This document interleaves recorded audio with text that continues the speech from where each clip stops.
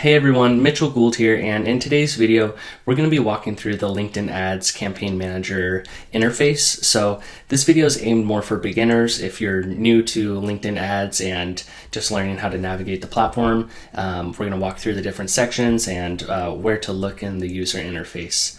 So let's go ahead and get started. One thing I'll just say is that the LinkedIn Ads interface, the Campaign Manager, is a lot more simple than some of the other platforms out there. There's a lot more robust platforms like Google Ads and Meta. There's a lot more areas you can click and kind of things you can do, and LinkedIn's a little more simple in that way. So overall it's pretty easy to navigate, and I'll show you the key areas to take a look at. So the main areas that you're going to look at in the Campaign Manager on a day-to-day basis is the Advertise section. That's where you're going to set up all your campaigns and actually enable campaigns, add ads, and do everything around actually executing your campaigns. And in the Plan section, this is where you can build audiences. I'll go into all of these in a little more detail, but just at a high level, the Advertise and Plan section are the areas that you're going to be in the most. And then you'll also be in the Analyze section. So this is where you can set up your insight tag and set up conversion tracking. And then there's a few other areas. So before, I guess, jumping into those, I'll touch base on some of the other areas quickly. So account settings, if you go in here, this is where you can manage users' access. You can add users, remove users in here. In the Billing Center, this is where you can update your billing information, so adding your credit card and making any updates in there. And then the Edit account, that's if you just want to change your name or make any adjustments to your LinkedIn page association. That's in that section. And the Asset section, this is if you're creating a lead gen form campaign. So lead generation campaigns, the form shows natively in LinkedIn Ads, so the user doesn't click off to landing page. They fill out the form within LinkedIn. There's you can create the forms in this section here.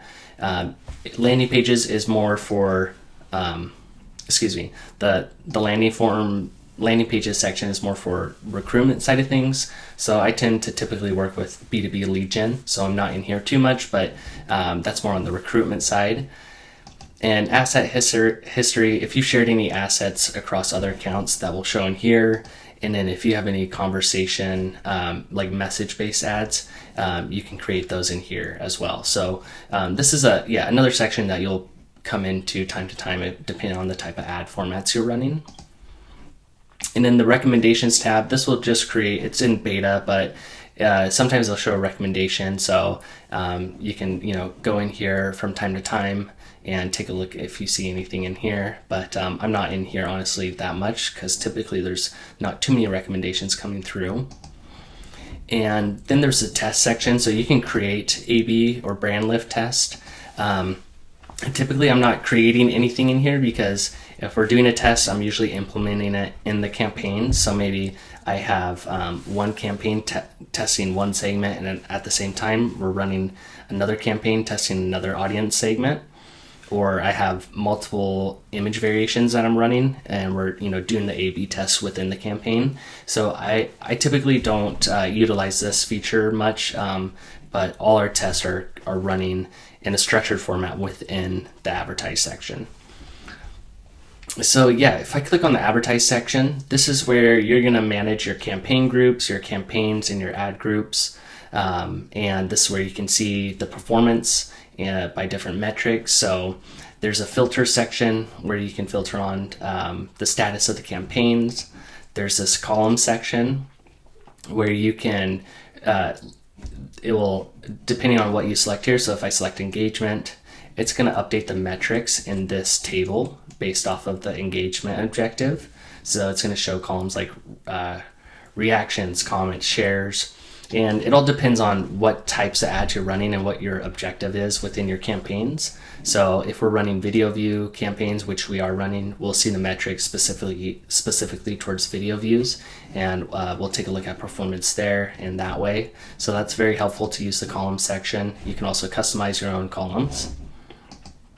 And then this breakdown just lets you segment out your campaign groups or your campaigns by different breakdowns. So if we click on and off network, we can see the performance of our spend and our performance of our campaigns on the audience network and on LinkedIn. So within this campaign group, we have some spend going towards the audience network, some going towards on LinkedIn, and we can see the split out there, the breakdown there. You can do it for conversions too, so I switch it over to conversions and the performance columns here, and we can see that we've had a few different conversions come in. We have multiple conversions set up in our campaign, and again, you're going to set up the conversion tracking in this Analyze section here over on the left, and then you can update a time range, and you can also select a campaign, and then you can click performance chart, and that will show you the performance over time for a different period, and you can adjust the metrics there. And then you can click demographics, and this is going to give you some performance data based off of the different demographics of data that's available, so you can filter on functions or job titles, even companies, and see if there's enough data that meets the minimum thresholds. You'll see some performance, and that's very useful for just analyze how your campaigns are running, and if the right job titles, industries, and functions are running. If there's any like outliers, things that are doing well, you can potentially segment and double down on those areas, or you can potentially like exclude some areas. So maybe there's an underperforming job title showing, you can exclude that job title, or an underperforming company. Depending on how you're targeting, you can make some exclusions to boost your performance. So that's a very helpful section in the demographics. But it's a similar breakdown when you go into the campaigns, and then within ads as well, you can take a look at things there. And then one thing I wanted to show, if you are looking at your ads and you go to this manage button here and you click manage, it's going to bring you into this view for your ads. So there's this little gear icon here, and you can click that, and this is a pretty cool feature. This lets you rotate your ads evenly, or you can select optimize for performance.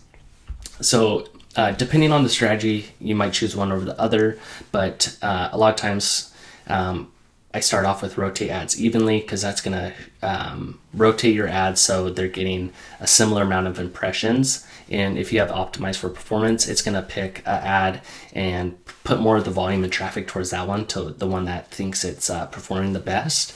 And sometimes I like to rotate ads evenly to get like I mentioned earlier, an A/B test, and then we can either pause the other ones and add in new variants, or optimize for performance later on. So there's a few tactics you can do there. And next I wanted to go into the plan section. So this is where you can create audiences. And there's match audiences, which you can create an audience based off a company or a contact list, based retargeting website visitors. So if you set up your insight tag in the analyze section, you can retarget visitors that visited your website, or you can retarget people that interacted with your ad. So if they viewed a certain percentage of an ad, or if they clicked on a single image ad in the past, you can create a retargeting audience for that, which is very handy. And then there's the saved audience section, which you can create specific audiences with your list or with LinkedIn's native filters. So you can create, HR decision makers audience based off of company size and job titles on LinkedIn, and then just save that audience and then use it in campaigns. This brand safety section is useful if you're running the audience network, so you can make exclusions for particular categories or apps. So in this account, we're actually excluding any apps if we're running the audience network. And then you can also see the placements that your audience network campaign showed on. So you can see here, it'll give you monthly reports if you're running ads on the audience network. And then, just touching base on the analyze section, the insight tag, this is where you're going to go to set up your insight tag. So you can install it manually, or you can use Tag Manager. I have multiple videos on how you set up your insight tag, so I'll put a link here so you can take a look at that.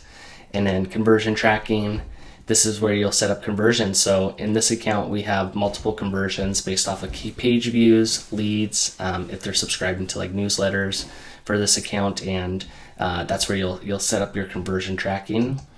the website action section, this allows you to create conversions or create audiences based off of how people are interacting with your website. So we can create a conversion action if they're clicking on certain pages or visiting certain pages.